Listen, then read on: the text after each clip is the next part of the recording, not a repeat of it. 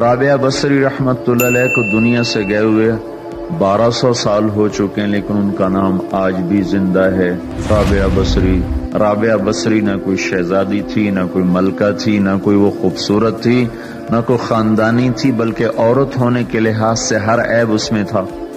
ان کی عادت یہ تھی، وہ روزانہ عشاء کی نماز کے بعد غسل کر کے کپڑے بدل کے اپنے خامند سے پوچھتی آپ کو میری ضرورت ہے؟ اگر وہ کہتے کوئی نہیں ہے تو پھر پوچھتی مجھے اجازت ہے؟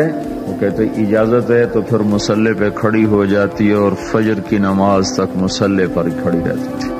ان کا خامند جلدی فوت ہو گیا، جوانی میں ہی بیوہ ہو گئی، تو حسن بصری بصرہ کے امام، کیا سارے مسلمانوں کے امام تھے، وہ خود آئے، خود چل کے آئے کہ میں آپ سے شادی کرنا چاہتا ہوں۔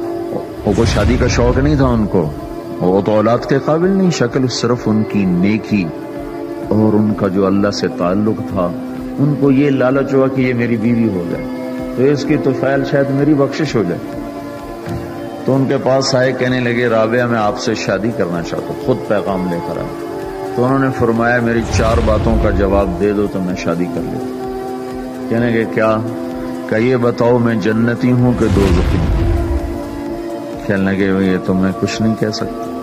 کہ اچھا یہ بتاؤ جب اللہ تعالیٰ قیامت میں اعمال نامے اڑائے گا، کسی کے سیدھے ہاتھ میں آئے گا، کسی کو الٹے ہاتھ میں آئے گا، میرے سیدھے ہاتھ میں آئے گا کہ الٹے ہاتھ میں آئے گا؟ کہنے لگے یہ بھی کچھ نہیں بتا سکتا۔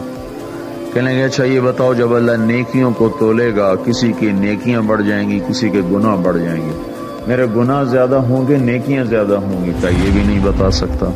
کہ اچھا یہ بتاؤ جب لوگ بل سرات سے گزریں گے، کوئی پار نکل جائیں گے، کوئی نیچے گر جائیں گے، تو میں پار نکلوں گی کہ دوزخ میں گروں گی؟ کہنے لگے یہ بھی میں نہیں بتا سکتا۔ تو پھر فرمایا اچھا جاؤ مجھے تیاری کرنے دو، مجھے ان 4 باتوں کی تیاری کرنی ہے، میرے پاس شادی کے لیے وقت کوئی نہیں ہے۔ جو اللہ سے دوستی لگا لیتے ہیں اللہ دنیا ان کے لیے مسخر کر دیتے، اللہ دنیا ان کے پاؤں میں ڈال دیتے۔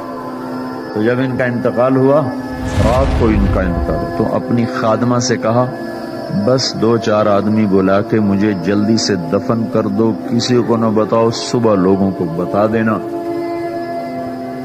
اور مجھے کفن دینا میری اس چادر میں جس میں تہجد پڑا کرتی تھی۔ تو انہوں نے راتوں رات دفن کر کے صبح اعلان کیا، شور مچ گیا، ہائے کیوں بتایا، کیوں نہیں بتایا، کیوں؟ تو اگلی رات ان کی خادمہ نے ان کو خواب میں دیکھا، سبز لباس پہنا ہوا، حسن و جمال، سورج چہرے پہ چمک رہا۔ پوچھا آپ کے ساتھ کیا ہوا؟ کہا میرے اللہ نے میرے ساتھ بہت عمدہ معاملہ کیا۔ کہا آپ کی وہ چادر کہاں گئی جس میں آپ کو کفن دیا تھا؟ کہا وہ اللہ تعالیٰ نے اتار لی ہے اور مجھے جنت کا جوڑا پہنایا ہے، اور اس چادر کو اللہ نے سنبھال کے رکھا ہے، جب قیامت کے دن میری نیکیوں کو اللہ تولے گا تو اس چادر کو بھی اس میں تولے گا۔ انہوں نے پوچھا منکر نکیر کا کیا ہوا؟ کہا وہ آئے تھے تو انہوں نے مجھ سے کہا من ربکی، تیرا رب کون ہے، تیرا رب کون ہے؟